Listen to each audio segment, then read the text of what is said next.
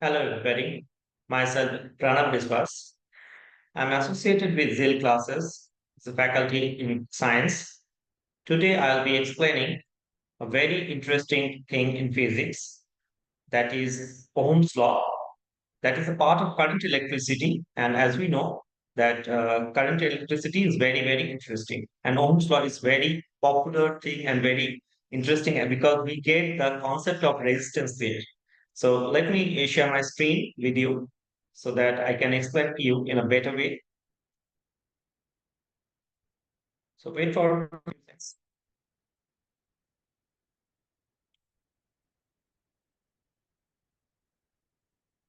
Now here it is. I hope you can see the screen. Now Ohm's law. First of all, we need to know the statement. It states that in a given conductor, when a given conductor is connected with the circuit, means there is a potential difference. That's why current flows in the circuit, as we know. So the potential difference V will be proportional to the current I. And it means that when V increases, the current I also increases. But this law also states that when temperature and other physical quantities remains constant at that time, this proportionality formula or relation is valid. Otherwise, no. So temperature and other physical quantities should not change. So V is equal to I into R.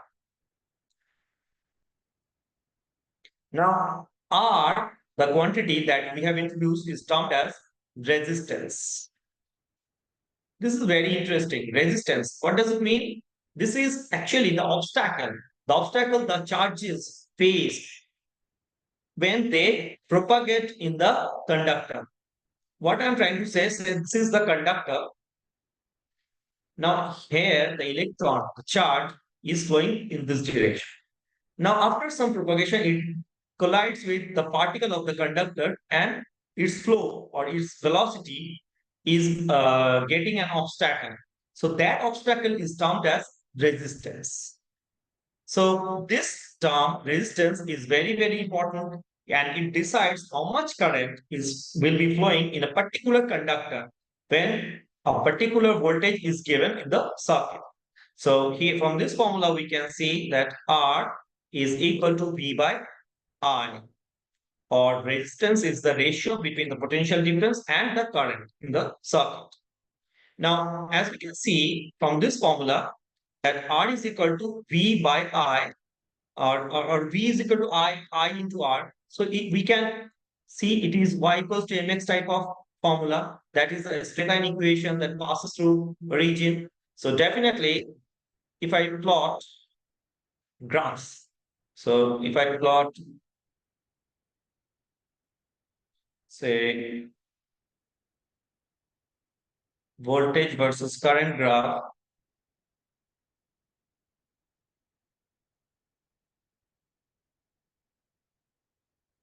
this is more independent quantity V. So we are plotting in on x-axis. So the line we will get after plotting V versus I graph, it will be a straight line passing through origin. And this graph, if I take the slope of it, so this will be V and this will be I. So we know R is equal to V by I. So from here, from the graph, we can find out the value of R also. Now, R is having unit or SI unit rather. SI unit of R is ohm. This is when we take the potential difference in volts and I, the current in ampere. So the SI unit of resistance will be ohm. In the next page, I can tell you the dependence of resistance on the length and the cross-section area of any conductor. So say this is a conductor. I've magnified it, and this part is the length, and this part is the cross-sectional area A. As we can see, this part or this part, whatever, both of them are having circular part. So if uniform cross-sectional conductor is taken, so here it will be a circular cross-sectional area, the area of which will be pi r square. If this is the radius of the circular part, because we know area of any circle is pi r square. So the resistance of given conductor having length L and cross-sectional area A depends in the following way. So R is be proportional to L, means directly proportional to the length of the conductor when A constant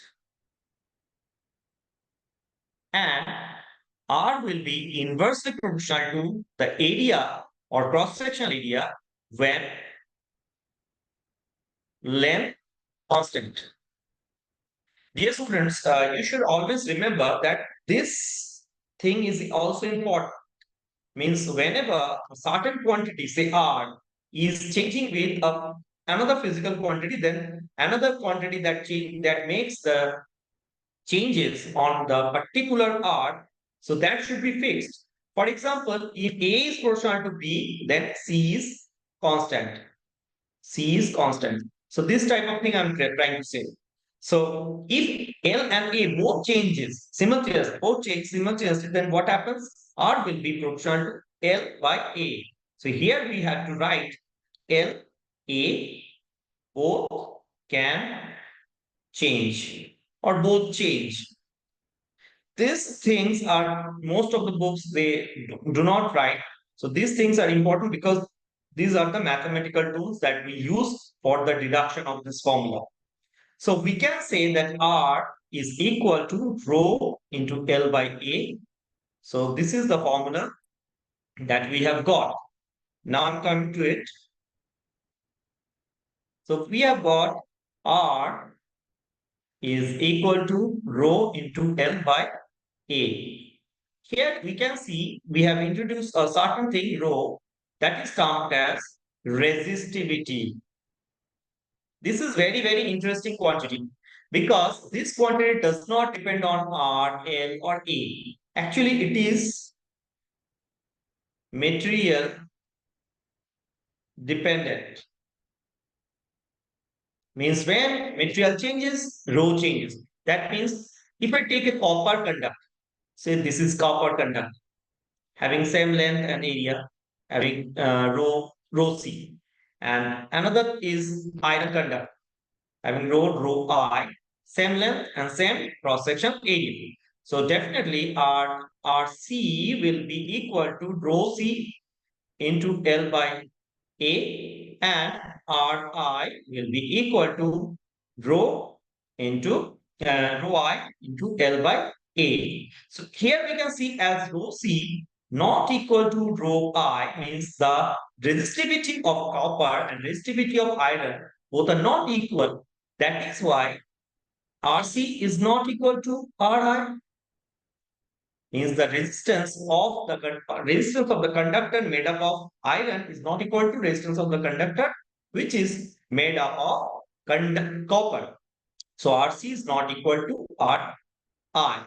This is pretty interesting. Now, as I said that resistance R is having unit ohm. Now, this rho is can be written as from this formula R A by L. So if I find the dimensional analysis and we can say that rho is having SI unit as ohm meter. The reciprocal of resistivity that is 1 by rho is termed as sigma and sigma is termed as conductivity. So conductivity means how much electron a particular conductor can conduct depends on the resistivity and this is reciprocal of resistivity and its unit is Siemens per meter. So that's it. Hope you understood the content of this lecture. Thank you very much.